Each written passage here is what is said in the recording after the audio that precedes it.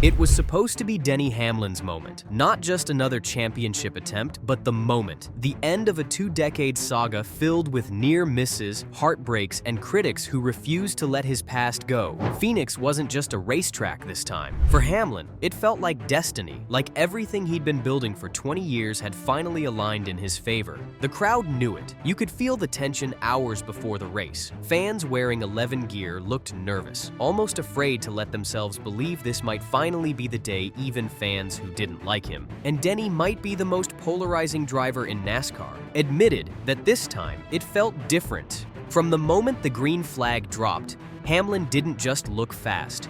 He looked controlled. Every lap he ran was calculated perfection. His pit crew delivered flawless stops. His communication on the radio was calm, confident. This wasn't the frantic, emotional Denny Hamlin we've sometimes seen in the past. This was a man locked in, driving the best championship performance of his career. You could hear it in the commentary. He's in command. He's the favorite.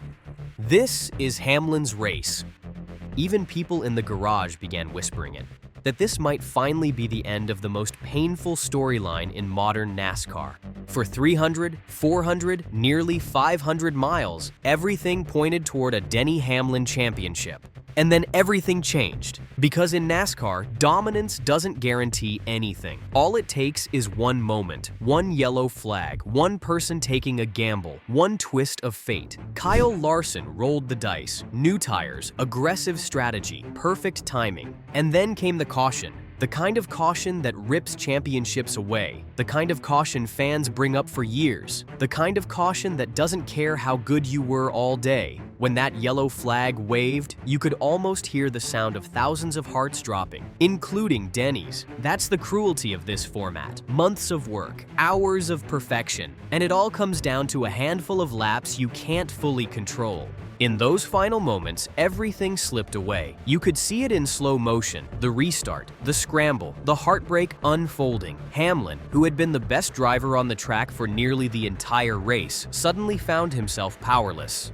Watching the championship he had firmly in his hands evaporate in real time. No mistakes, no failure, just timing. Brutal, unforgiving timing. And as he crossed the finish line, you could hear it in the broadcast booth. The heartbreak, the disbelief, the sense that NASCAR had just delivered one of its most devastating championship moments ever. But the real shock came days later. At the NASCAR Awards banquet, Hamlin finally stood in front of the cameras. Fans expected some heat, some fire, maybe a declaration that he'd be back, hungrier than ever. But what came out of his mouth left the entire sport stunned. A reporter asked him if he was returning for next season. Denny didn't stand tall. He didn't smirk. He didn't joke. He paused. A long, heavy pause that told the whole story before he even spoke. "I mean, I plan to," he said quietly. "I have a contract, but there's just absolutely no way that I don't even think about race cars right now. I'm going to need some time on this one." You could feel the room change. Nobody was expecting that. This wasn't anger. This wasn't frustration. This was exhaustion. This was a man who'd given everything and still walked away empty-handed. A man carrying the weight of a career defined not by failure, but by almost getting everything he deserved. It hit fans hard. Social media exploded. People who weren't even Hamlin fans said they felt the pain in his voice. And then came the moment that shocked everyone even more. Hours after losing the championship, Denny Hamlin showed up to Kyle Larson's victory celebration, not as a rival, not as a competitor, but as a friend. He said he felt obligated to pay his respects, that he hated that Larson's moment was overshadowed by controversy, that Larson deserved the celebration, the spotlight, the praise, and he wanted to support him even while his own heart was breaking. That's not normal behavior for someone who just lost the biggest race of their life. That's something deeper, almost like closure, or acceptance, or maybe even a quiet goodbye. And that's when fans started making the comparison that nobody wanted to say out loud at first. Carl Edwards, same team, same heartbreak, same kind of championship collapse, and the same kind of hollow emotional interviews afterward. Edwards was under contract too. Everyone thought he'd be back. Instead, after one gut-wrenching loss in 2016, he disappeared from NASCAR forever.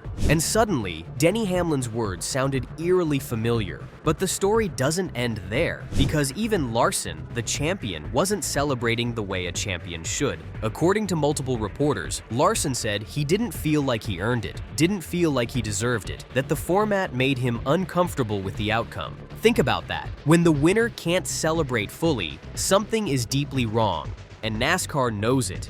Inside the garage, the conversation shifted quickly. Drivers, crew chiefs, even longtime commentators, they all started asking the same question. If a driver as mentally tough and experienced as Denny Hamlin is broken by this system, who wouldn't be? For years, fans complained that the one-race finale was too random, too chaotic, too dependent on luck. But Phoenix pushed things over the edge. You could feel it. This wasn't just another controversial finish. This was the moment that exposed the cracks in the system. And here's where the story gets interesting. Because according to multiple insiders, NASCAR is preparing major changes for 2026. The single-race, winner-take-all finale is reportedly being replaced by a multi-race championship Round A format that rewards consistency, skill, and season-long performance, not just one perfectly timed caution. And you know what's wild? If that system had existed this year, Denny Hamlin would have been the champion. He was that strong, that consistent, that dominant over the playoffs. Under a fairer system, he'd be celebrating right now instead of contemplating his future. And maybe, just maybe, that's the one thing that could pull him back. The idea that the next era of NASCAR might finally give him the kind of fight he deserves. But there's still another side to this, one that fans don't want to think about. What if he doesn't return? NASCAR wouldn't just lose a great driver, it would lose a lightning rod, a personality that stirs emotion, debate, passion, everything that keeps a sport alive. Denny is a hero to some, a villain to others, but he's always relevant, always part of the story. And drivers like that don't come around often. And remember, he's not just a racer anymore, he's a team owner. 23XI Racing is expanding fast. With big sponsors, strong drivers, and growing influence, Denny might be on the verge of a second career that doesn't involve a steering wheel. The fire in him isn't gone, but it might be shifting. Still, one thing is clear. Phoenix wasn't the end of Denny Hamlin's story.